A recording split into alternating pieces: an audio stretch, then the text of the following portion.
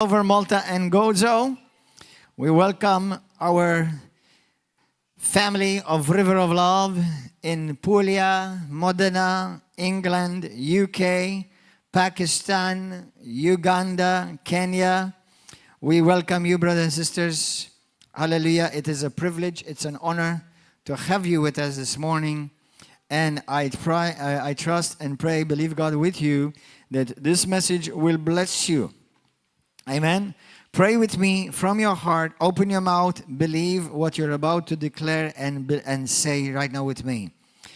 Heavenly Father, thank you for your word. Thank you that you have called me, saved me, redeemed me by the blood of Jesus. Today, I'm ready to receive the word of God, and I will never be the same again. I am what the Bible says I am. I can do what the Bible says I can do. And I have what the Bible says I have. By Christ Jesus, to the glory of God. Amen and amen. I want you to go to the book of Luke, chapter 4. This is the second message of the series that I'm doing about the gospel that Jesus preached.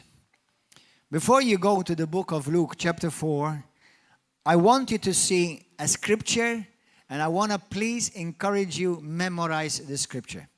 Holy Spirit, help me and help us all. In John 20, verse 21, the words of Jesus. John 20 and verse 21, the very words of Jesus. As the Father has sent me, I also send you. As the Father has sent me, I also send you.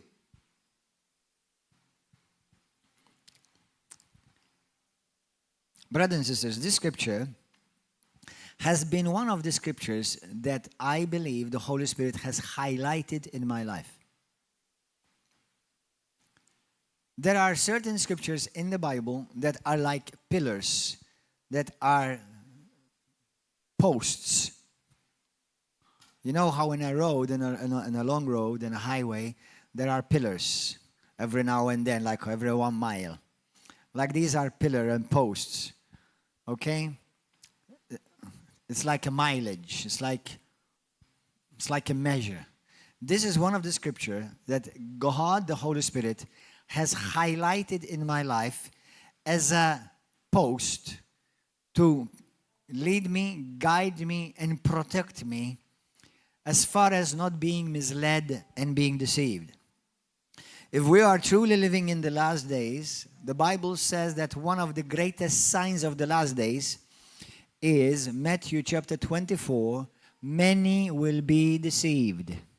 And then 1 Timothy chapter 4, verse 1, many will walk away, will abandon the faith.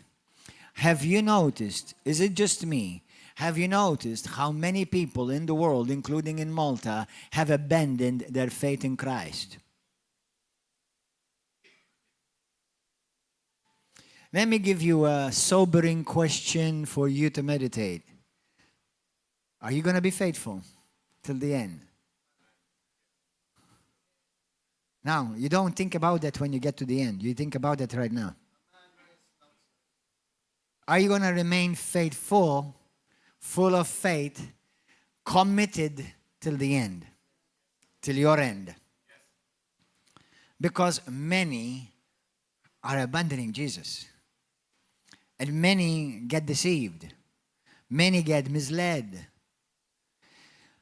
With sadness in my heart, I've noticed many Christians don't know the Bible. Not many Catholics. That's almost like something that's sad to say, but it's like it's for granted that many Catholics don't know the Bible, although some do. But in our nation, it's been my experience, many Roman Catholics don't read the Bible. But it's not good when you realize that it's not just Catholics, even many Christians don't know the Bible. Do you know how many Christians I've seen healed, delivered, blessed, their lives changed by the power of God, and today they're back in the world, or believing some goofy, dumb doctrine, which is against the gospel. Let me tell you this. I'm going to make a prophecy over your life, so you be careful.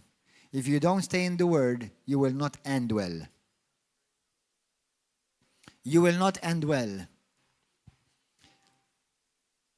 When I was saved in 1st June of 1995, Facebook, Twitter, Instagram, TikTok, X, whatever, none of that, YouTube, none of that existed.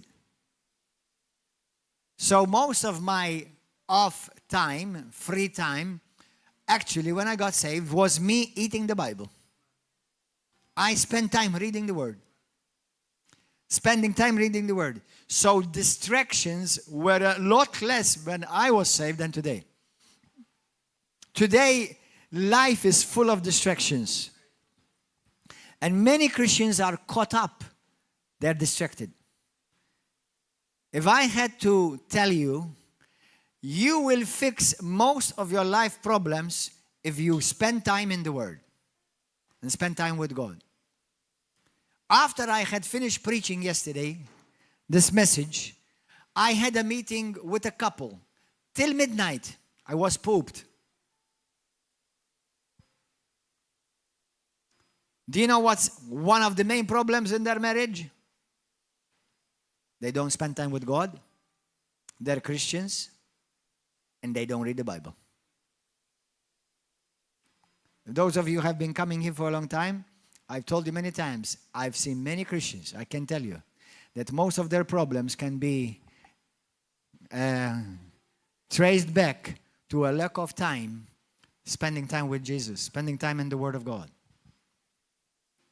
What changed my life, your other half is here, my dear brother.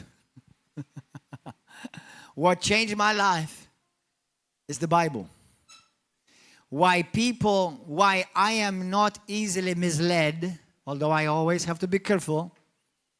Why I am not carried away by every wind of doctrine. Do you know the Bible says that those who are carried away by every wind of doctrine, do you know why they're carried away? The Bible says because they're immature. You know, it's like when Christians hear something, certain Christians, not all. It's like, oh, Pastor, did you hear this? Yeah, so what? Go and check what the Bible says. Pastor, I heard this guy said this. Yeah, so what? What does the Bible say? Recently, a sister deceived and misled. She came and told me that certain things that she now stopped believing, and she is now going and joined a cult. They've joined a cult. Don't believe in healing, don't believe in deliverance, don't believe in faith. It's like, what kind of gospel do you believe now? They believe that God has ordained for some people that no matter what they do, they're going to go to hell anyway. Nice gospel. That's a cult. Even though it may have an evangelical title on it, it's a cult. And the way they operate as a cult. And they're full of poison because I'm not going to mention their names because I'm not going to advertise Satan's agenda, but they attack other ministers of the gospel.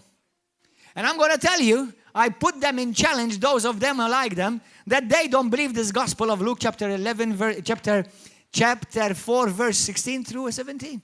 They don't believe that gospel. They preach half gospel.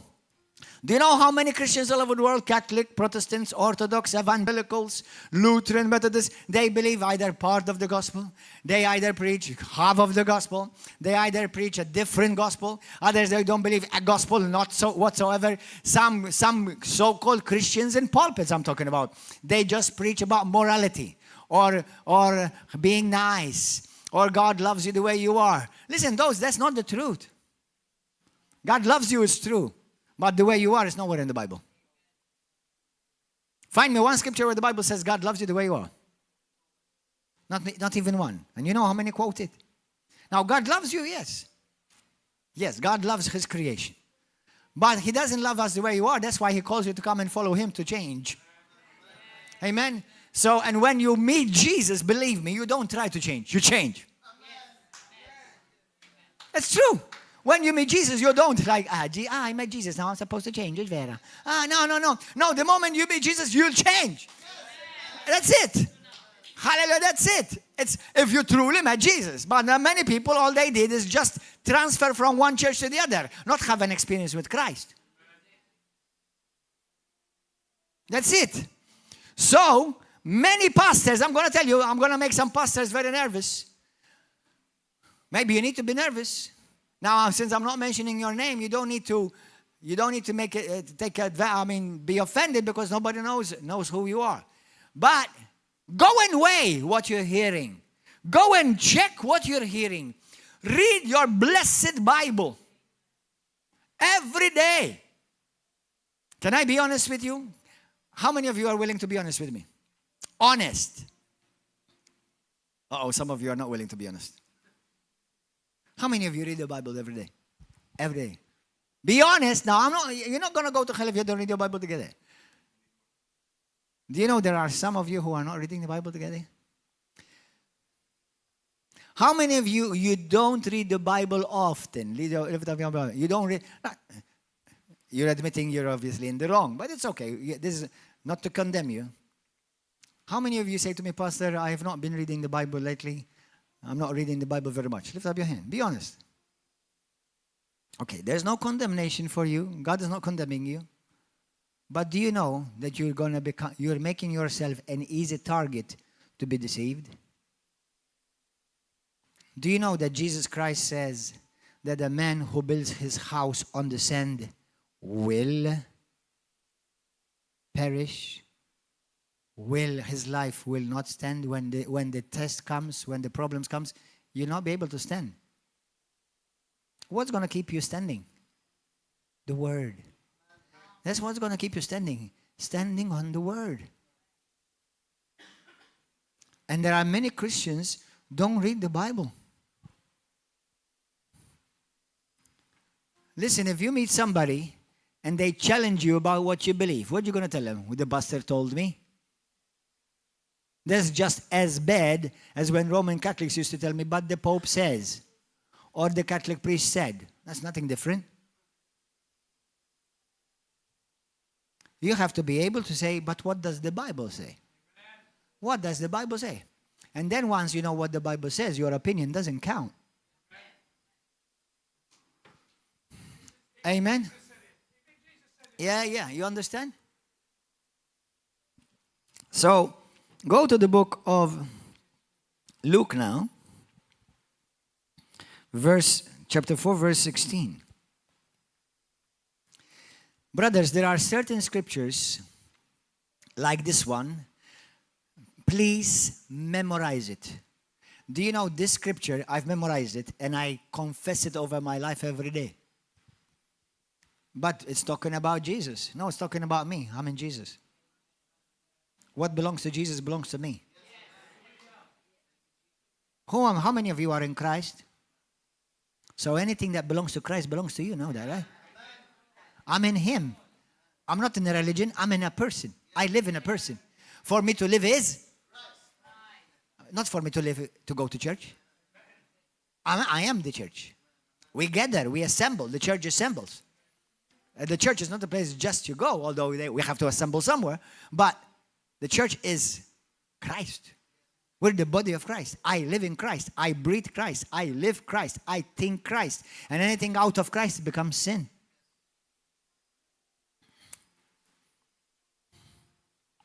So what you see that belongs to Jesus belongs to you.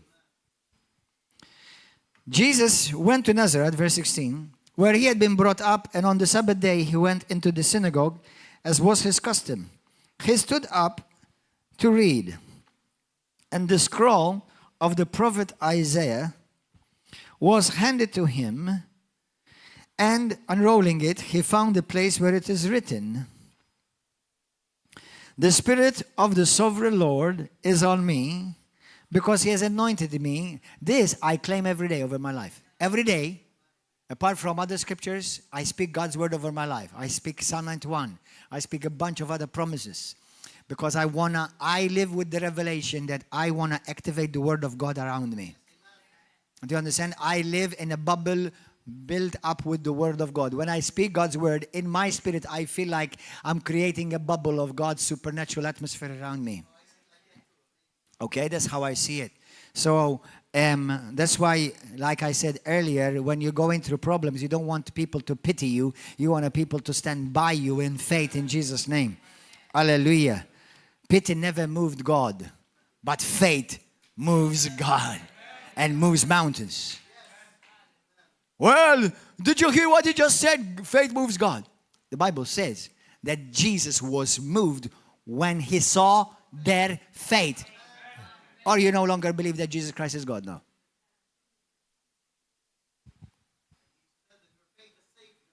Amen. Hallelujah. So, blessed be the name of Jesus. To Mela, he has anointed. So every day I say this, thank you, Lord, for the Spirit of the Lord is upon me, because he has anointed me to preach the gospel to the poor, to heal the brokenhearted, to proclaim liberty to the captives, to open the eyes of the blind, to bind, destroy the bonds of the wicked, and to proclaim the favorable year of the Lord. That's what I declare every day of my life. Why? Because I'm in Christ. I'm in him. What belongs to him belongs to me. What the Father says about Jesus, he's saying it about me, because I'm in him. Amen. Hallelujah. So he has anointed me to proclaim the good news to the poor. He has sent me to proclaim freedom to the prisoners and recovery of sight to the blind, to set the oppressed free, and to proclaim the year of the Lord's favor. Now I'm gonna tell you something. Have you noticed that in those two lines there are 5 principles? This is the gospel. Everybody say, this is the gospel of grace. It's the gospel of the kingdom. Everybody say, it is the gospel that Jesus preached, and it is the gospel that I'm supposed to preach. Now, I'll give you a loving warning. All of you hearing me, leaders, pastors, apostles, prophets, pastors, teachers, bishops, pope, priests, anyone who says, I love Jesus. Listen, Paul gives a stern warning. And now that you're becoming aware of it, you're more accountable. God gives a stern warning through Paul in the book of Galatians 1, 6 through 9. Do you know what he says, right? If anyone preaches a different gospel, do you know what God says, right? You're going to have a problem on the day of judgment.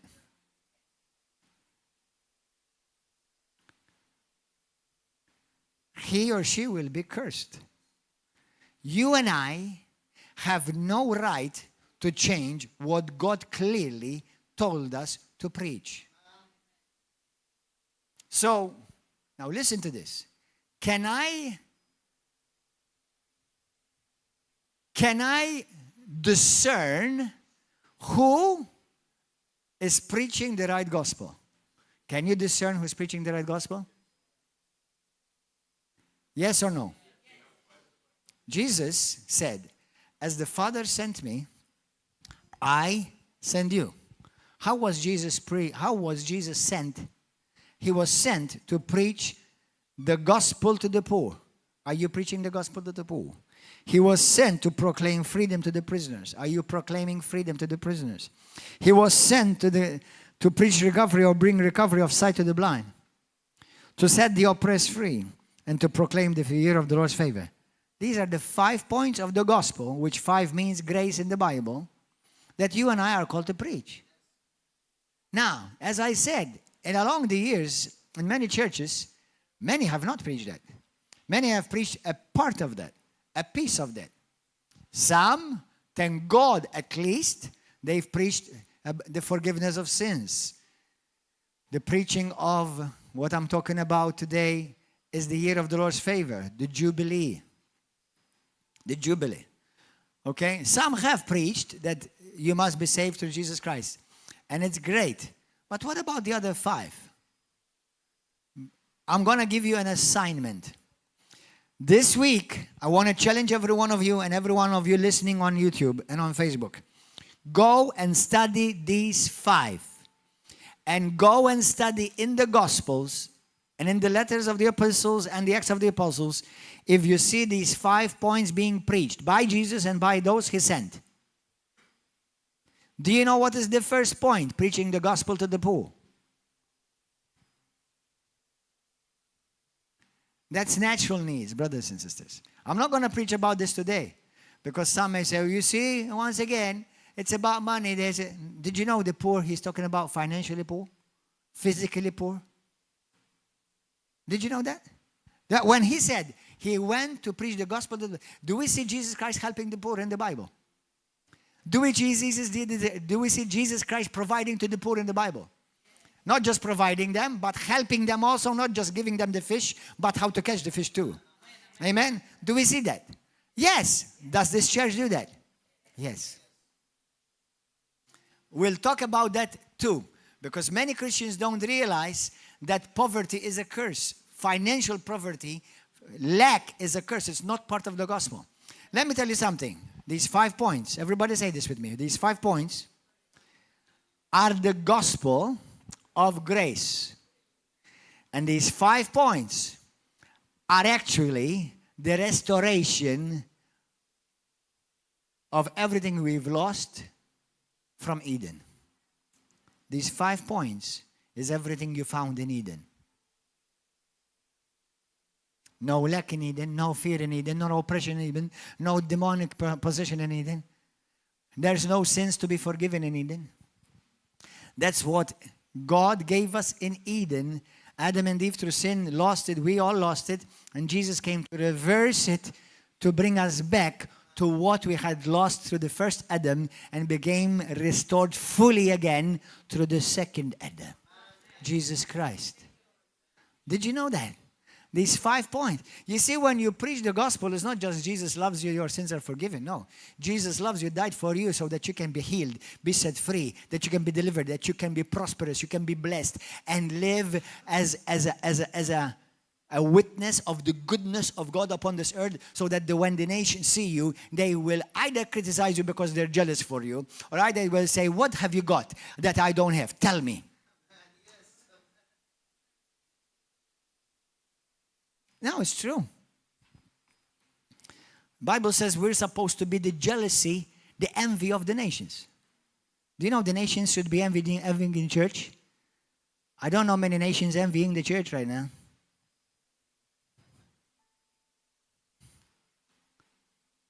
Did you know that the Bible says we are called to be the envy of the world? Paul very clearly says that the Jews envy us. They should envy us. We should make them jealous.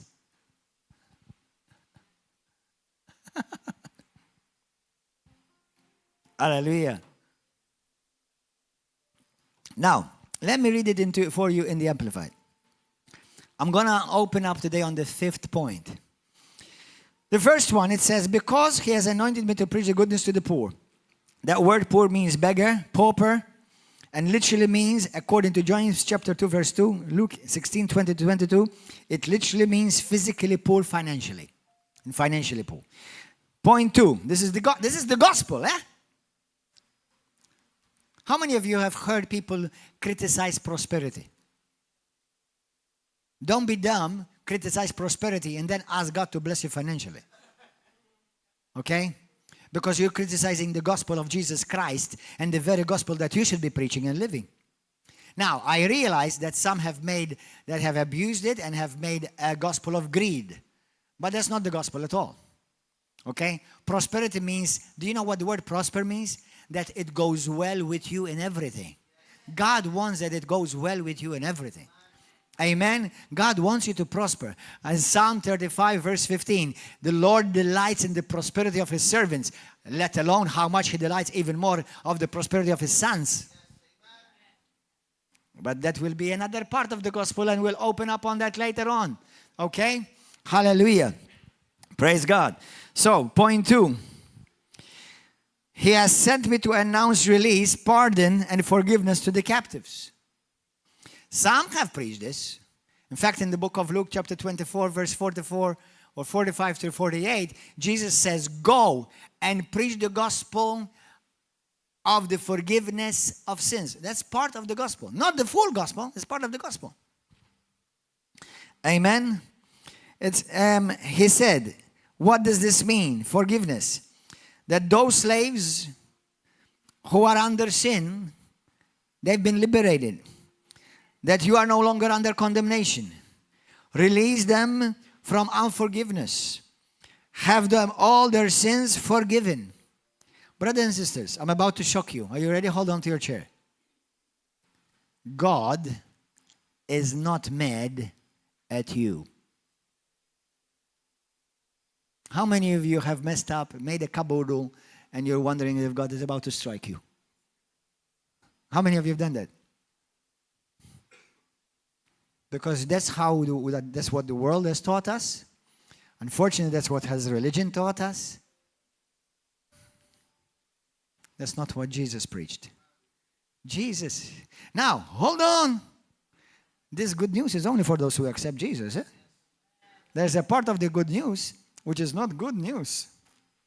Because this is taken from Isaiah 61.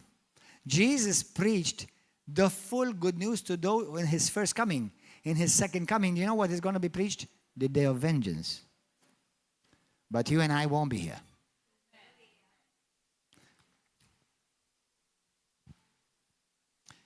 God is not, listen. Brothers and sisters, Malta and Gozo. I said brothers and sisters, not your heathens and sinners. Haters of God. Although God still has mercy on you and still giving you a chance since still you're breathing, since you are still breathing. But brothers and sisters, those who genuinely love Jesus. You may not know everything you should know. You may not know what I know. But if you genuinely love Jesus, let me give you some good news. God is not mad at you. The Bible says that he's not counting any of your trespasses against you. He's holding nothing against you. Zero. I know. How many of you have sinned? You've asked God to forgive you, and then you did it again. And you said, Lord, I'm back.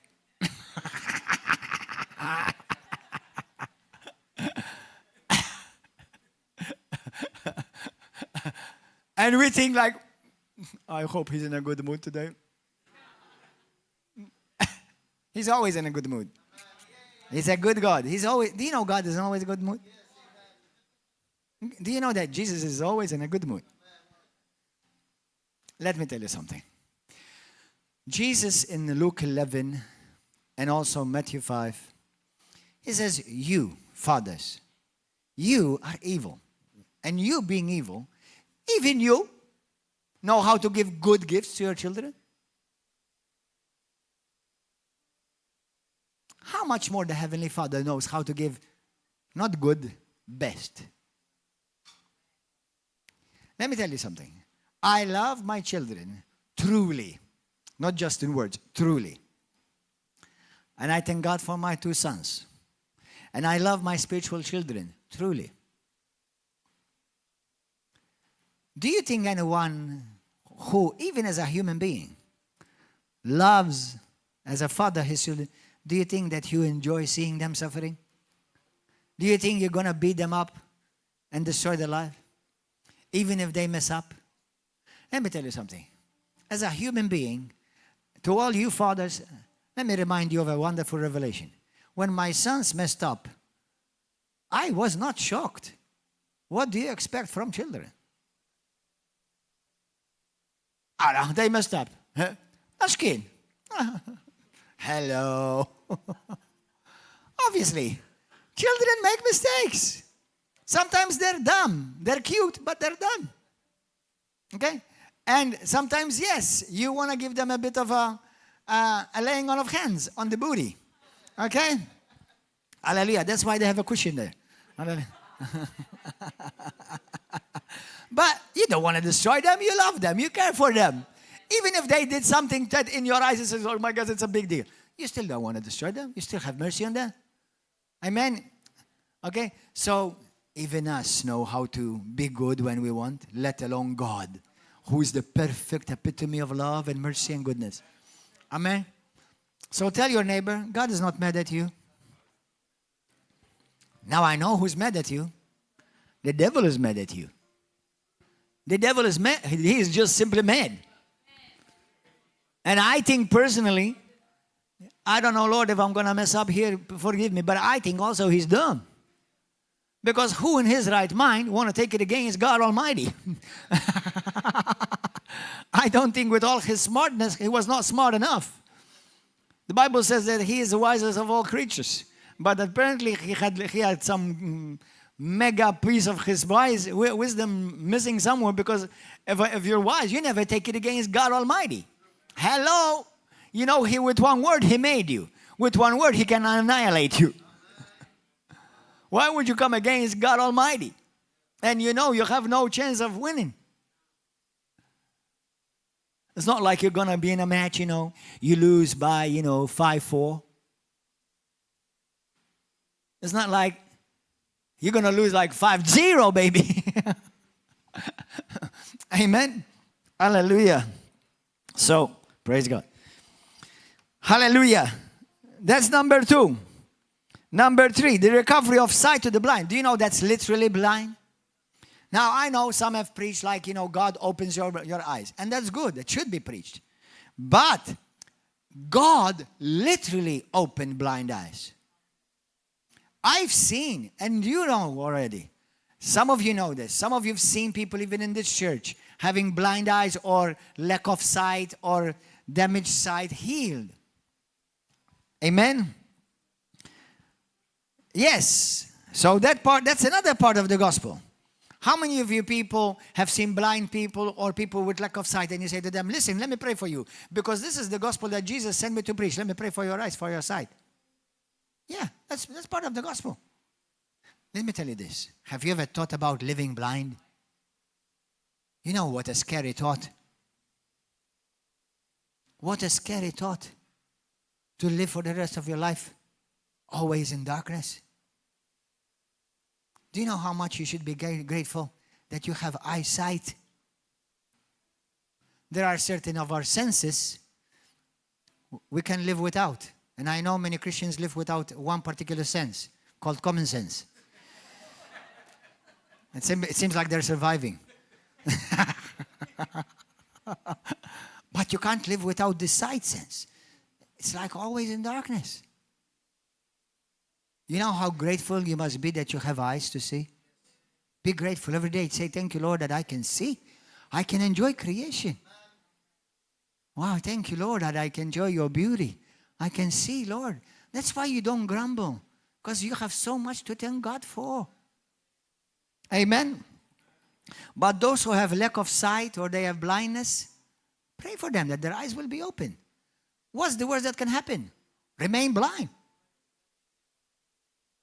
You cannot get more blind. Either blind or it's not like half blind, more blind. It doesn't. But God will honor your faith and their eyes will open. Look at that woman right there. That beautiful woman there, Maria. She was completely blind in one eye. For how many years, sister? You were blind from that eye. How many years? How many? For 10 years she was blind from that one eye. Her testimony is on YouTube. Her eyes instantly opened here on stage. It's on YouTube, her testimony. Go and see it. It's powerful. Listen, to be blind for 10 years, life will drastically change. How grateful we are, brothers and sisters. How blessed we are. Amen. 4, to set free those who are oppressed.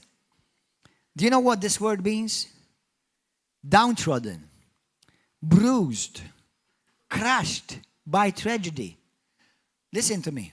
It's been my experience, and I'm going to ask you to check this about yourself. Many people today who suffer chronic diseases, they have problems, depression, anxiety, ulcers. Do you know what? In my experience, it's because they've gone through this. They've been downtrodden, they've been bruised, and they've been crushed by tragedy. And another word for that is trauma. trauma is an open door for sickness and diseases. I was talking to some people recently. When you have been abandoned as a child, when you've been abused as a child, children who have seen their mom and dad always fighting, I'm not just saying arguing, although we try to avoid it as well, but especially fighting. They want to kill each other. Do you know their children becomes really broken? They become really hurt. When they see their family, their mom and dad separate each other, they can't understand why daddy doesn't love mommy anymore.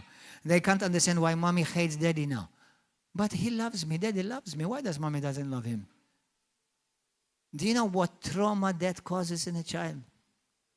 And then you have to grow with it, and you go to some stupid, dumb, powerless church, and they say, well, that's the will of God.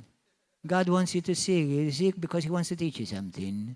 And because we don't believe that God heals anymore, that's your cross. No, ain't your cross. It's circumstances of life. Satan uses others to hurt you and injure you. But Jesus Christ is alive. He wants to heal you. Hallelujah. Amen. That's why people who have been hurt or bruised, oppressed, they need deliverance, they need liberty. They become, these are points of scars that normally the enemy accesses your life to oppress you. And the fifth one, and I want to open them out a bit this today. Verse 19. Jesus came to proclaim the favorable year of the Lord. The day when salvation and the favor of God abound greatly. Some of you don't understand it yet still. What does it mean, the favorable year of God? Favor, favor, favor. Listen, we normally don't hear the word favor as much as we hear the word grace. But that's what he preached, the year of God's grace. Favor is grace. The word favor is the same word for grace.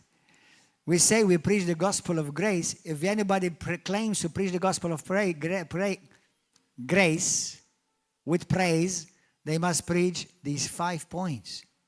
Healing must be in the gospel. Deliverance must be in the gospel. Being set free from poverty and lack and the fear of lack must be part of the gospel. Hallelujah. Forgiveness of sins that you no longer, God holds you guilty or counting the sins against you. That's part of the gospel. That's the full gospel, brothers and sisters. And many don't preach the full gospel. Many preach a complete different gospel. Many preach heresy. Many preach liberalism or legalism or Calvinism. Every form of ism, stay away from it. In the name of Jesus. When it's an ism, it's not in the Bible, I can assure you. Calvinism is not the Bible. Liberalism is not in the Bible. Legalism is not in the Bible. But you cannot preach gracism.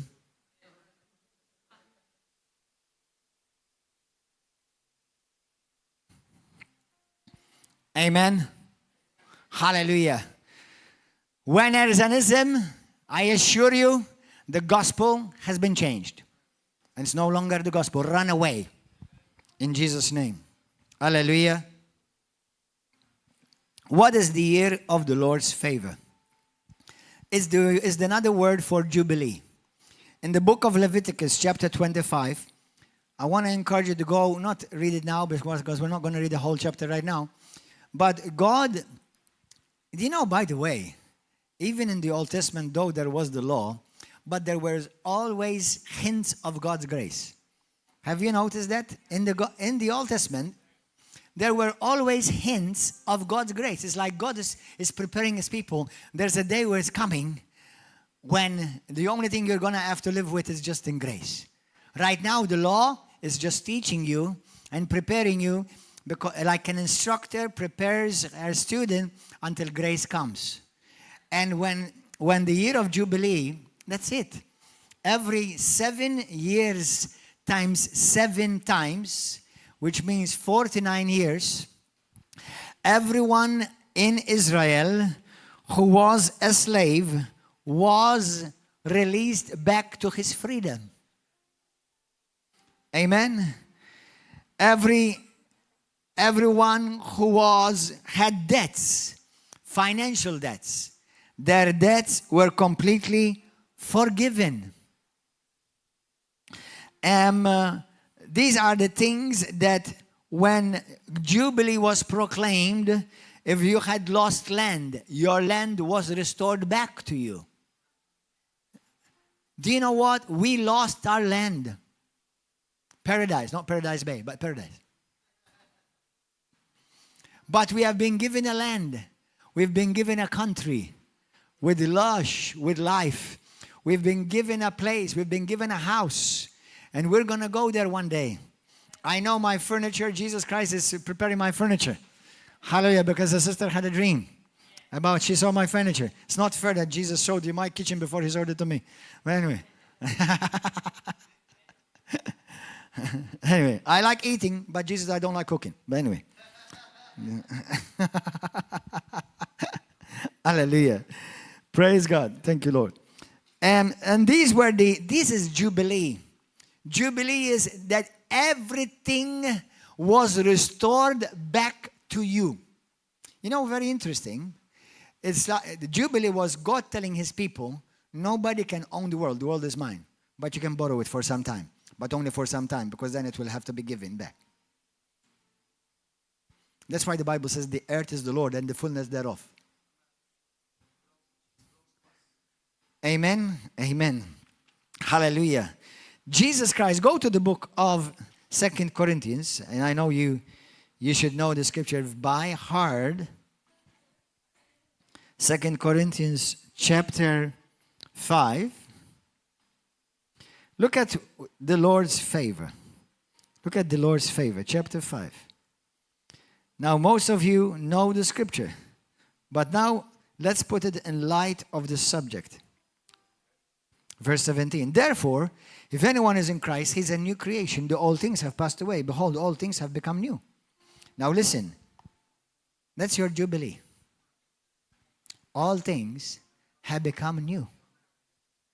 Now all these things are of God, who has reconciled us to himself through Jesus Christ and has given us the ministry of reconciliation. Amen. And that is that God was in Christ reconciling the world to himself. Look at this. Not imputing their trespasses to them. And has committed to us the word of reconciliation. Do you realize that now God is no longer mad at you? Why? Now, I know it's very common to hear Christians say, I am a sinner. And if you put it in a context of where you're preaching to the world, that I understand that context. But brothers, we're not a sinner. I'm not a sinner. Now, how many of you still sin? Lift up your hand, you sin. How dare you? No, it's okay. I mean, it's not okay to sin, but it's okay to admit it. Listen, we all make mistakes and we sin. But we don't live in sin. Have you noticed we don't live in sin anymore? Have you noticed that sin has no longer any power over you? Do you realize that today when you sin, you actually are aware that you're doing wrong? Because now you have full control. You can say no. But unfortunately, because we are dummies, sometimes we say yes. You see, when you were a sinner, you couldn't say no. You just sinned. You swam in sin. You breathe sin. You see sin. You are sin. The Bible says you were sin. But now you get saved. You're given a new nature. And all of a sudden, what used to dominate you, now you dominate. What used to control you, now you control.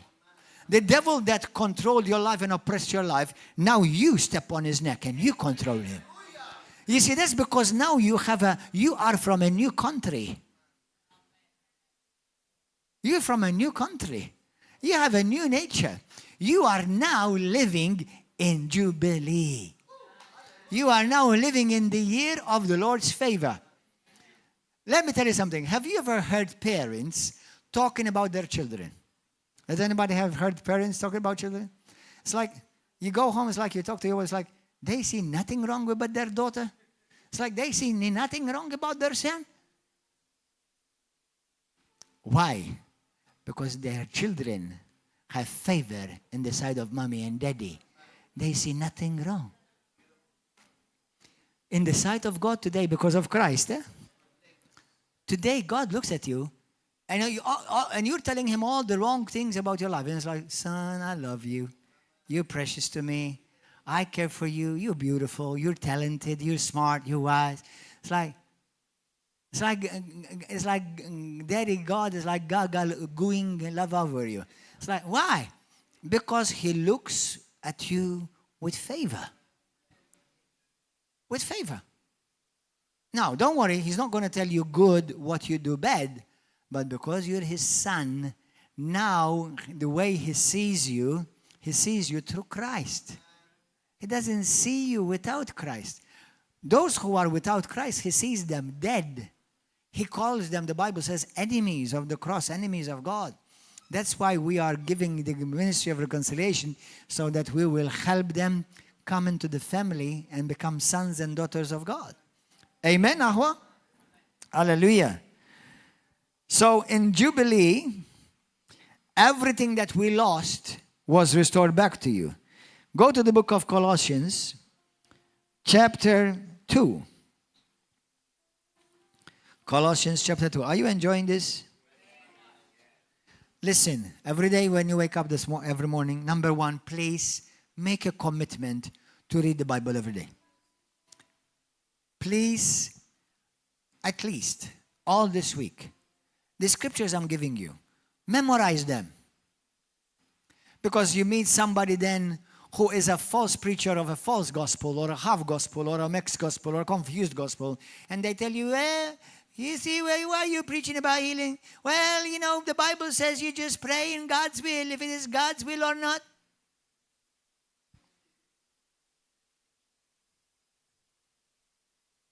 Somebody asked me this morning, where did Jesus Christ that, we pray, for the sick, Jesus, the Bible says, that God makes us sick to teach us a lesson. What is that? Well, doesn't Bible says that Paul asked Jesus to remove his sickness and Jesus said no? What kind of sickness was that? It was not a sickness or disease. If you just, all you need to do is just know how to read. That's all you need, is because the Bible, Paul says, then I am well pleased. I'm glad now that I have to go through this persecution, these trials, these tribulations. And God said to him, son, when you're weak, my strength is perfected in your weakness. He didn't tell him, number one, I gave it to him. And it was clearly what it was. It was not a sickness. It was not a disease. It was the hardships. And if you read it in context, those of you who know the Bible, those who teach the Bible, that you cannot take something out of context, because if you read 2 Corinthians chapter 11 and context of chapter 12, he's making, and bil-Malti he say elenku, he's actually describing all the hardships, including of some false brothers and sisters that have come against him. Isn't that nice? I think that some people have followed their ministry instead of Paul's ministry. Okay, they come against him and attacked him after all the good thing that he has done as an apostle. And this was breaking him. This was making him sad, wearying him, persecuted from every side, from the world, from the Judaizers, from the Jews, from false brethren, shipwrecked 3 times. My goodness, if you don't get sea phobia after that, I don't know how you're going to get it. It's like, Mamma Mia, And then he's saying, Lord, take it away from me. But Paul, you know what?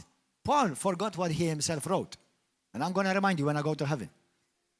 Paul, you said yourself, those who desire to live godly in Christ Jesus will be persecuted. Now, none of us wake up in the morning and claim that scripture, don't you? Right? Hallelujah. But Paul said himself that. Don't you all know that those who desire to live godly in Christ Jesus will be persecuted? Yeah. That's what Paul was going through. Not about sickness or disease. Can you imagine Paul, who preached healing, all of a sudden changes his gospel to accommodate him? What kind of hogwash some people believe? You know why? They deserve to be deceived. And I'm telling you who are watching, if you don't read the Bible, you deserve to be deceived. Because you are a child, you are immature and carnal. You're easily carried away by every wind of doctrine.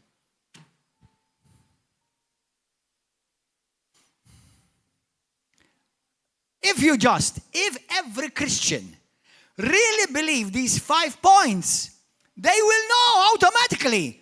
How could I say that Jesus gave me sickness or disease, or it's not true that healing is for the day, when we know that Jesus preached against this? What changed? Let me assure you, it's not Jesus, you.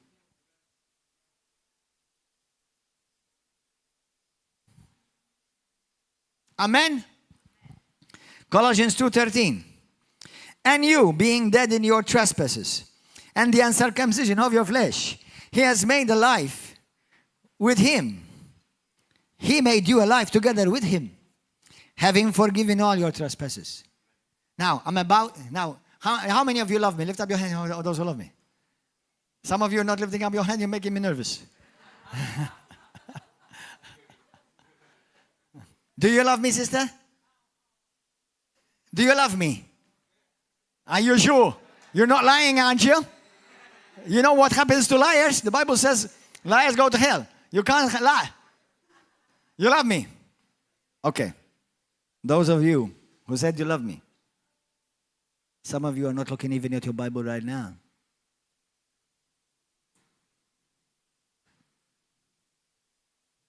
Why do you trust me so much like that?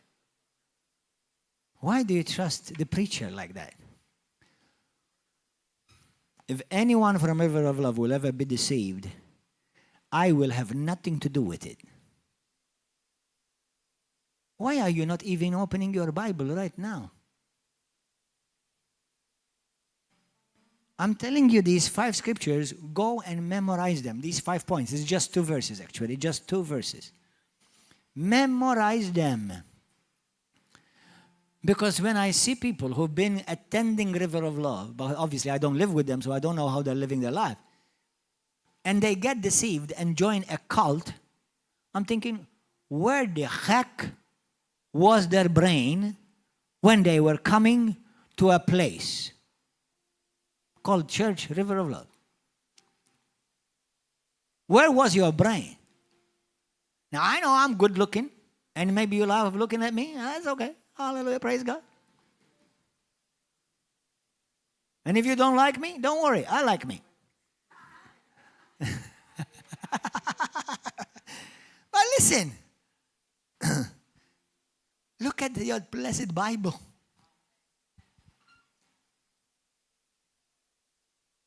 Everybody say, Pastor, I love you. I want to see every one of you say it. Listen, thank you for that love. I feel the love. Listen, start bringing your Bible to church. Start bringing your Bible to church and open it and look at it. It is proven, research has proven, that when you bring your Bible and not just hear it, but you actually see it, because you're using 2 senses instead of just 1, you will be more prone to remember what you've heard at the church. So you will remember it more. That means you're going to be less possibly deceived and misled. Amen? So, verse 14, Jesus, having wiped out the handwritings of requirements that was against us, which was contrary to us, and he has taken it out of the way, having nailed it to the cross, having disarmed principalities and powers and made a public spectacle of them, triumphing over them. Brothers and sisters, did you see that he nailed you, we and I, in the Lord's Prayer, in English, it says, forgive us our debts. Do you know that you had debts with God? Do you know that all your debts are paid? Amen. Do you know that's Jubilee? Amen. That's Jubilee. That's Jesus is your Jubilee. Jubilee is not a feast that the Queen of England or the King of England celebrate. Jubilee is us celebrating Jesus every day. He has cancelled all my debts. Hallelujah. Thank you, Lord. I know that's why, beloved, precious Roman Catholics, that's why you're going to go to heaven when you die in Christ. Why? That's why there is no purgatory for you. Why? Because Jesus said all your debts have been cancelled. And all your sins have been wiped away. So what are you going to go to purgatory for? Unless you like the hot sun. And you like to burn your booty a little bit. And suffer a little. For what? For who? When Jesus already paid and cancelled all your debts. And he wiped away all your sins. What the heck is purgatory existing for? Apart from the fact that I'm not even covering today, in the book of Hebrews, the Bible says that once he forgave you all your sins, he has forgiven them, he has forgotten them, he no longer remembers what you've done. Hallelujah. And thank God that God has the same issue as I do. Women, don't be shocked when your husband says, I forgot. Even for God forgets. Hallelujah. Praise God. Why are you mad at me, my wife? It's like, you always forget. Even God does. How many wives agree? Hallelujah. You understand? How many of you wives, your husband says, I forgot? Let me see. Now, your husband, how many of you would love for your wife to tell you, I forget too? You would love your wife to forget, to be more like God. Hallelujah. And forget too. Amen. You see, brothers and sisters, what purgatory? My beloved brothers and sisters in Christ in the Catholic Church. I'm telling you out of love this. Okay? What purgatory are you going to go there for? Paying for what? Do you believe what Jesus says? Or do you believe what the Pope or the Cardinal or the Bishop or the priest said above what Jesus said? He has already said, it's finished, it's forgiven, all your sins have been wiped away, all your debts are cancelled. That's why we can go to heaven. That's why you are saved. It has nothing to do because you're being good or you give money to the poor. Now you be good, then give money to the poor, but that doesn't save you. Amen? Hallelujah. Praise God. So all your sins have been wiped away, cancelled. Praise God. Let me finish with this. Now, did you know the Bible says also he spoiled principalities? He broke Satan's, listen to this. This is powerful. Get it. If me and you believe this, and we truly enter into this reality, you see, Satan only has power over those who are in sin. When you are no longer in sin, washed from sin, freed from sin, slave of sin, now you're no longer under the devil. Now the devil is under you. That's why once he has forgiven you all your debts, now Satan has no more anything to claim over your life. That's it. That's why when somebody becomes a Christian, he gets delivered. Have you noticed that Jesus never told the world to be delivered from demons? They can't. Satan is their God. They are slaves of the devil. But once you make a transfer, you put your trust in Jesus Christ, Satan loses all claim over you. What has he got anymore to accuse you of, claim you of? Nothing. Because now all your sins have been wiped away. All your debt has been completely paid in full. Satan has lost you. Now he is really mad at you. But he can do nothing, because now he who used to oppress you and dominate you, now you oppress him with your life in Christ, and now you dominate over him. Hallelujah. That's a child of God. That's a child born from above. That's a child of Jubilee. Hallelujah. Thank you, Jesus. Today, I pronounce to you, Malta and Gozo, Italy, England, UK, France, Spain, America, Kenya, Uganda, Pakistan, I pronounce to you, all your sins have been paid in full. Why do you think Jesus, when he went about, what did he do? Go, son, your sins are forgiven. Not will be forgiven, are forgiven. Go, sons, you are healed. Not you will be. You are healed. You're free from your sickness. You're free from your sin. You are. Because I am your Jubilee. That's it. You meet Jubilee. You meet freedom. You enter heaven. You become a citizen of the kingdom of heaven now. Hallelujah. All your debts are cancelled. You have been returned to the land where you were created for, paradise. Heaven. The reality of heaven. Now, those of you who were slaves, now you're free. This is the year that the free favors of God profusely abound over your life. No longer, listen, no longer to expect to walk in trouble, but now from now on you expect to walk in favor. You are favored. You are preferred. You are God's preferred one. You are favored. Everywhere you go, if I'm going to talk to people of importance, if I go to the government, when I speak to politicians, when dignitaries, I don't feel any less. I don't feel inferior. I feel it's their privilege talking to me. Now you say, well, that sounds like pride. Whose citizen are you? Of what kingdom are you citizen of? Who is the one you are representing? Now you don't go with pride, but you know who you are. And you go with confidence. Nice to meet you. And he says, nice to meet you. Oh, you better be nice to meet me. Hallelujah. Hallelujah. Because I am a child of the King. Hallelujah. You are from below. I am from above. Hallelujah. Amen. Hallelujah. Thank you, Jesus. Now it's not in you. It's not about you. It's about who lives in you. It's because of whose you are, not because of who you are. And I'm a child of the kingdom. I am a child of Jubilee. Everywhere we go, we are proclaiming in the realm of the Spirit Jubilee. Everywhere I go, you are a Jubilee. Amen. Thank you, Holy Spirit. Everybody stand up. Rise up. Put your hand on your heart. Lift up one hand, the other hand. Now I want you to thank God from your heart.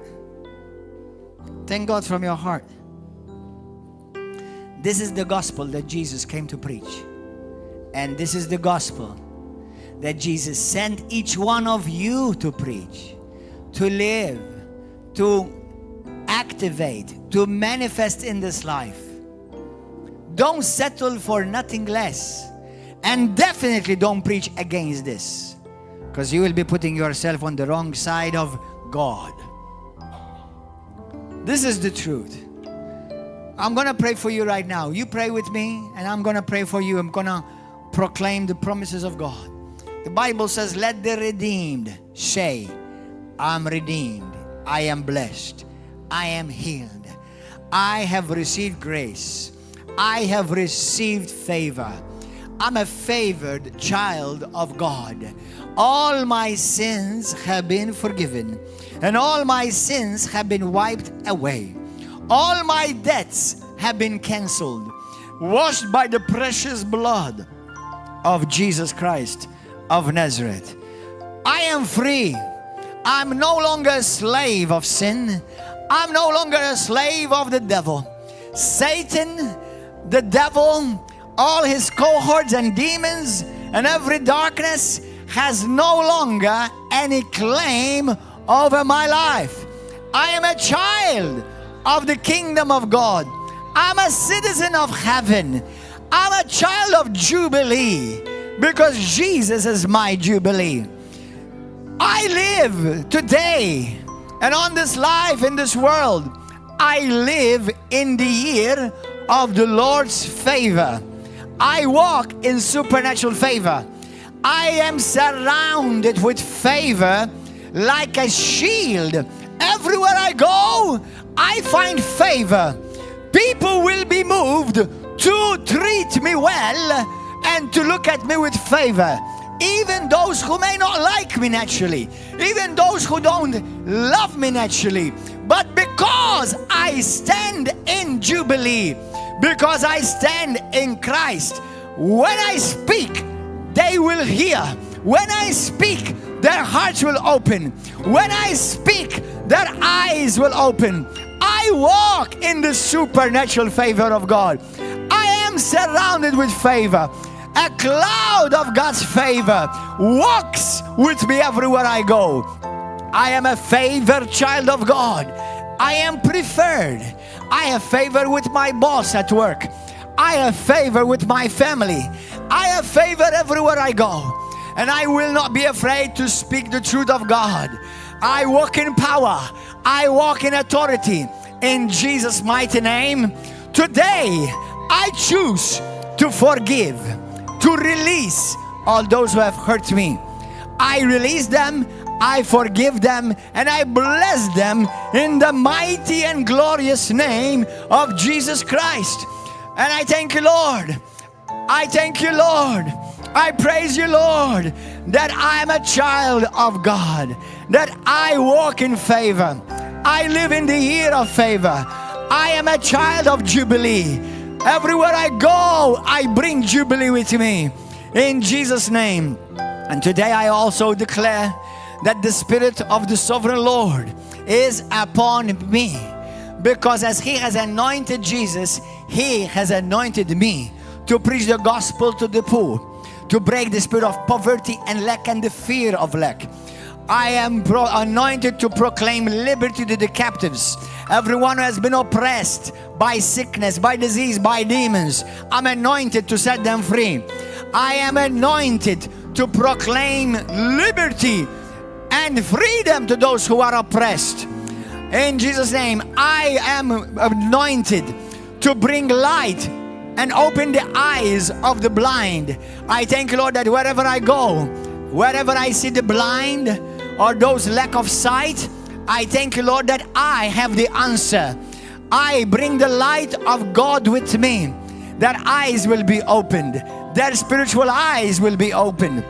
I thank you, Lord, that everywhere I go, I bring forgiveness and I release people from the bondage of Satan, from the bondage of sin, in the name of Jesus. For the same anointing that was upon Jesus is upon me. As you, Father, have sent your Son Jesus, I am also sent in a like manner. Hallelujah. Today I proclaim Jubilee to Malta, Jubilee to Gozo, Jubilee to all the nations that are following and hearing this message. Today I renounce sickness, I renounce disease, I renounce viruses. That is not my portion in Jesus' name. I renounce fear, I renounce intimidation. In the name of Jesus, that is not my portion. I renounce anger, I renounce rage, I renounce every ungodly thing. I renounce perversion, every spirit of lust, every spirit of sexual immorality. I renounce it in the mighty name of Jesus. I renounce addiction. I renounce alcohol. I renounce cigarettes and drugs. I renounce them from my life and from my bloodline. In the name of Jesus. I am a child of God. Today I live in Jubilee. This is the year of Jubilee. In the name of Jesus Christ. Hallelujah. Hallelujah, hallelujah. Let's praise God together. Have your way, Lord. Have your way. Have your way in this place. Sing it. Have your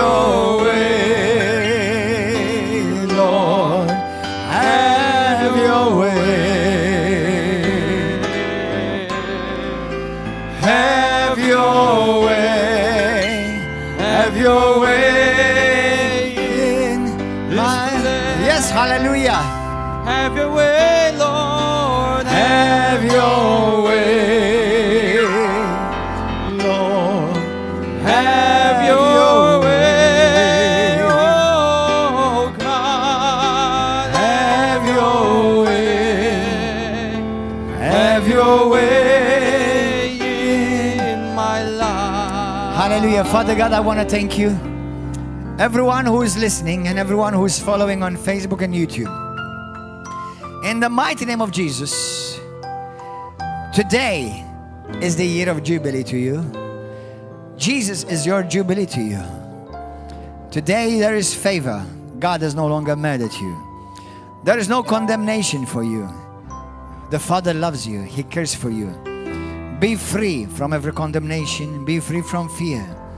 Be free from bondage in the name of Jesus Christ. Live free to serve your Savior, to serve your Maker. Hallelujah. Anyone who is following today, even those of you who are here, I release you from every curse of sickness and disease. I release you from every pain in your body in the name of Jesus. Every sickness that has attacked your body, every virus that has attacked your organs, I curse it right now and I command it to leave from your body right now in the name of Jesus. Sickness and disease is not your portion in Jesus' name, because by the stripes of Jesus, He who carried away all your sicknesses and diseases, He proclaims you healed, whole in Jesus' name. Every pain must go right now. Every addiction must go right now. In Jesus' name. Be free. Be free. Be free. Lord, I thank you that you're operating. I see the hand of God operating in somebody's inner organs right now. I see like a mighty hand in the organs of somebody. He is healing you. He is operating in you. In Jesus' name. In the name of Jesus. Lord, I decree and declare every form of damage done to the brain. Hallelujah, Lord, I thank you for healing damage in the brain. In Jesus' name, somebody with trauma, something happened to you when you were a child and you were left with a trauma. The Lord heals you from that trauma right now. In Jesus' name, be free. Jesus, your Jubilee sets you free from trauma. Be free. He came to proclaim you free. He came to set you free. Right now, in the name of Jesus, receive your healing. Receive your wholeness. Receive life in Jesus' name. Rabba sukalandiriba kata. Sobria kalandira baba brokutu sitalamai. Jesus, thank you, Abba Father. Thank you, Savior. Hallelujah. Brothers and sisters, all of you on YouTube and all of you here, please share this message. Share it on your Facebook. Share it on your social media. Let somebody hear this message. Every one of you, please do it. And if you're following it for the first time, please like it. Subscribe to this channel. And we hope to see you also in September coming from the 4th till the 8th. We have the Faith Explosion Conference coming. Please join us. Be with us here. We're going to have Evangelista Nausicaa della Valle with us. We're going to have speakers here. And also Pastora Nicola Di Biase from Italy. They're going to be with us. Come and be blessed mightily. Come expecting miracles, healings, deliverances, and the power of God to move and operate in your life. Come and be equipped. In Jesus' name, see you next week.